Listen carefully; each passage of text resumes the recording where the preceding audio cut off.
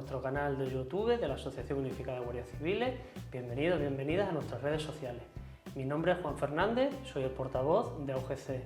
Hoy tenemos el placer de tener con nosotros a nuestro asesor jurídico, Mariano Casado, el cual nos va a explicar el reciente aprobado Código Penal Militar. Como sabéis, el 15 de enero entró en vigor ese Código Penal Militar y las preguntas que nos hacemos, ¿remilitariza este Código Penal Militar a la Guardia Civil? ¿Le favorece a la hora de que un agente de policía en sus funciones tome la iniciativa? ¿Cómo nos va a afectar? ¿Qué cambia este Código Penal Militar con el anterior? Y si no nos convence, ¿hacia dónde tenemos que ir? A todas estas preguntas, como decíamos, Mariano Casado, nuestro asesor jurídico, nos va a dar respuesta.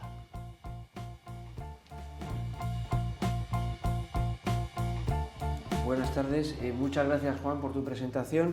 Efectivamente, vamos a tratar de explicar, aunque sea de una manera muy sencilla y desde luego no con toda la profundidad que requeriría el asunto, una primera aproximación a lo que sería el nuevo Código Penal. Vamos a utilizar un conjunto de diapositivas a las que yo me voy a ir refiriendo conforme vaya necesitando su uso. En primer lugar, lo que habría que decir es que lo que queremos poner de relieve sobre todo es cómo afecta este Código Penal Militar nuevo a los guardias civiles en dos dimensiones: en su dimensión cotidiana, en su trabajo, y por otra parte cómo les puede afectar en su dimensión asociativa, cuando ejercen como representantes o como dirigentes asociativos. Lo primero que habría que recordar es que el Código Penal Militar que ha estado vigente hasta ahora es un código del año 85, es un código de hace muchísimos años. Ha tenido que pasar casi 30 años o 30 años para que el Código Penal Militar se reformase, se modificase. Y aún así, como veremos y lo explicaremos, no es el Código Penal Militar que nos hubiera gustado, ni mucho menos. En todo caso, es el código que viene recogido en la Ley Orgánica 14/2015 de 14 de octubre, que precisamente ha entrado en vigor hace escasamente unos días, el 15 de enero de 2016. Y esto es lo primero que hay que poner de relieve, que ha entrado en vigor, que es una norma que ya está vigente y que por lo tanto hay que tenerla muy presente en la actuación ordinaria de los guardias civiles, en su día a día. Para que vayamos entrando en materia, ¿qué vamos a hacer? Pues utilizar una diapositiva que nos permite comparar lo que decía el Código Penal Militar hasta hace unos días vigente, que era del año 85, modificado por en el 2007, y lo que dice el Código Penal Militar actualmente vigente de 2015. Bien, recordaréis todos que ya en el año 2007 se remachó la aplicación del Código Penal Militar a los guardias civiles, pero se establecieron algunas circunstancias en las que, o momentos específicos en las que no sería de aplicación, al menos teóricamente, a los guardias civiles. ¿Cuándo era de aplicación? Es fácil recordar: en tiempos de guerra, cuando se declaraba el estado de sitio, cuando se integraban los guardias civiles en unidades militares y siempre que se le encargase, el gobierno le encargase el cumplimiento de una misión militar. En esos casos el Código Penal era aplicable. ¿Y cuándo no era aplicable? Al menos teóricamente. Pues según decía aquí, lo podéis ver en la diapositiva, en los actos propios del servicio que presten el desempeño de sus funciones para el cumplimiento de proteger la misión del libre ejercicio de los derechos y libertades y garantizar la seguridad ciudadana. Es decir, lo que luego se ha venido a denominar como funciones policiales. Eso, no es que fuera una norma perfecta, pero ha permitido convivir al Guardia Civil con el Código Penal Militar, no sin alguna incidencia que, como recordaréis, ha motivado que algún guardia civil haya entrado en prisión por la aplicación del código, pero han sido casos, estadísticamente muy puntuales. Lo que dice, sin embargo, el Código Penal Militar ahora vigente, el del 2015, no es exactamente lo mismo. Dice que efectivamente se va a aplicar el código en tiempo de conflicto armado, ya no dice tiempo de guerra. Dice que durante la vigencia del estado de sitio, el cumplimiento de misiones de carácter militar y cuando se integren los guardias civiles en unidades de las Fuerzas Armadas. Hasta ahí podríamos prácticamente decir lo mismo. Sin embargo, fija otros momentos en los que también va a ser aplicable el Código Penal Militar. Y lo va a ser en una serie de títulos a los que vamos a hacer referencia posteriormente del libro segundo del nuevo código, que en esos casos va a ser siempre aplicable, salvo en algunos momentos en los que dice que se excluirá la aplicación del Código Penal Militar cuando las acciones u omisiones que sean susceptibles de ser consideradas delito militar se produzcan o puedan ser encuadrables en actos propios del servicio desempeñado en el ejercicio de funciones de naturaleza policial. Y dicho así, podremos decir, pues claro, las funciones policiales quedan excluidas. Pues más quisiera yo, eso es lo que quisiera yo que hubiéramos conseguido, pero no es exactamente así. Y de cualquier manera, si tenéis luego la curiosidad de leerlo detenidamente, veréis que esto que parece así, que se entiende muy bien, no es tan fácil de entender y es bastante confuso. En todo caso, en la siguiente diapositiva, lo que hacemos es ya centrarnos un poco más detenidamente en el artículo 1.5 del Código Penal, que es el que realmente nos preocupa.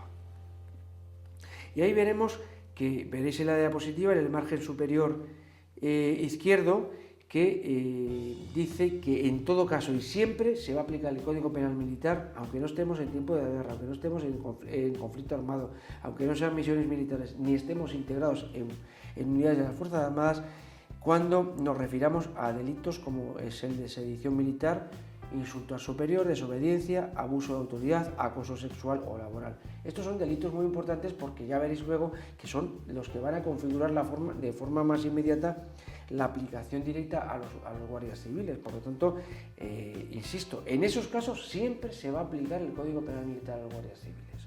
Luego, sin embargo, hay otros aspectos, como puede ser el título primero, tercero y cuarto, al que no me voy a extender en exceso, porque para no perder demasiado tiempo veréis que aquí hay cosas que realmente, no digo que no puedan pasar, pero la cobardía, la deslealtad, en fin, hay delitos relativos al ejercicio de los derechos fundamentales que no suceden con tanta frecuencia en el ámbito militar. La traición militar, el espionaje, estas cosas están ahí, pero me preocupan menos. Sin embargo, veréis también en el margen izquierdo abajo que se habla de ultrajes a España e injurias a la organización militar. Estos son delitos que sí me preocupan y que van a tener un componente muy importante, sobre todo en ese aspecto que decíamos que nos preocupaba, que era la vida asociativa del Guardia Civil, el ejercicio del derecho de asociación.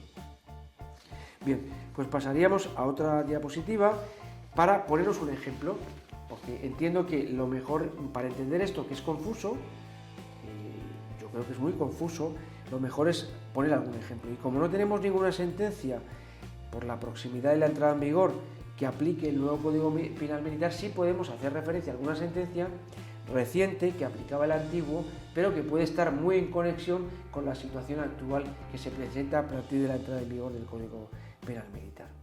Y pongo un ejemplo que lo he buscado en una sentencia muy reciente, de las últimas, que se han dictado por la Sala Quinta de lo Militar del Tribunal Supremo en relación con delitos imputables a guardias civiles. Y concretamente he puesto este ejemplo, que lo podéis leer más detenidamente, pero para que veáis que hablamos aquí de un conflicto, una discusión entre un guardia civil y su superior jerárquico en el entorno de un servicio de conducción de un preso, que podríamos entender y todos pensaríamos que es un delito, que es función policial en sentido estricto. Bueno, pues fijaos que ese caso concreto de esa conducción, esa discusión entre un superior y un inferior en empleo, guardias civiles de distinto empleo, que podríamos pensar que era una cuestión irrelevante, que simplemente sería cuestión policial, no va a ser así, y en esta propia sentencia lo que podría ser el delito de insulto a superior nos va a decir que, sin embargo, sí se aplica el Código Penal Militar. Si continuamos con el ejemplo en la siguiente diapositiva, veremos en dos reproducciones de lo que son ya los fundamentos jurídicos de la sentencia que he hecho referencia, a que lo que viene a decir aquí, lo que viene a decir el Tribunal Supremo, que lo leeréis con mucha atención y tranquilamente, yo simplemente lo voy a destacar lo más importante, es que será la naturaleza castrense o policial de los bienes jurídicos lesionados los que determinen si se aplica el Código Penal Militar o no. ¿Qué naturaleza castrense? Pues aquí nos lo concreta, aparte del carácter militar de la organización, el carácter militar, militares de la Guardia Civil, dice que esos bienes jurídicos especialmente castrenses son la disciplina, la jerarquía y la subordinación. Y si me permitís, hago un paréntesis para preguntarme en voz alta si es que la disciplina, la jerarquía y la subordinación son exclusivamente bienes castrenses. Porque evidentemente en el ámbito policial, lo sabemos porque vemos actuar a otras policías, también hay disciplina, también hay subordinación y también hay jerarquía, y no dejan de ser bienes o bienes jurídicos específicamente policiales. Bueno, pues aquí parece que se circunscriben estos bienes jurídicos y se relacionan exclusivamente no con la función policial, sino con la función estrictamente militar. Y si luego vamos a la otra columna, pues vemos que incluso se lleva más allá, porque incluso aunque se esté prestando un servicio estrictamente policial, si hay por el desarrollo de los hechos se entiende que se ha desvinculado, hay una desconexión con la función policial, e incluso se aplicaría también el Código Penal Militar. O sea, si no se está claramente ante una acción policial y yo no sé determinar, y reconozco aquí la imposibilidad que yo tengo de determinar qué funciones no son estrictamente policiales de las que hace la Guardia Civil en su quehacer ordinario, si alguien es capaz de aclarar este tema, a lo mejor consigue establecer en qué casos no se aplicaría el Código Penal Militar para hechos que, aunque sean funciones policiales, haya una desconexión, una desvinculación, porque se ven afectados bienes de naturaleza estrictamente castrense, como son la disciplina, la jerarquía y la subordinación. Ya anticipo que son conceptos complicados y que la explicación es complicada, por eso no pretendo yo agotar toda la posible explicación ni hacerlo de la mejor manera posible, por eso nos apoyamos en el PowerPoint para que podáis luego verlo tranquilamente y reflexionarlo. Si es que es posible llegar a alguna conclusión, si es que de tan enrevesada cuestión es posible hacerlo.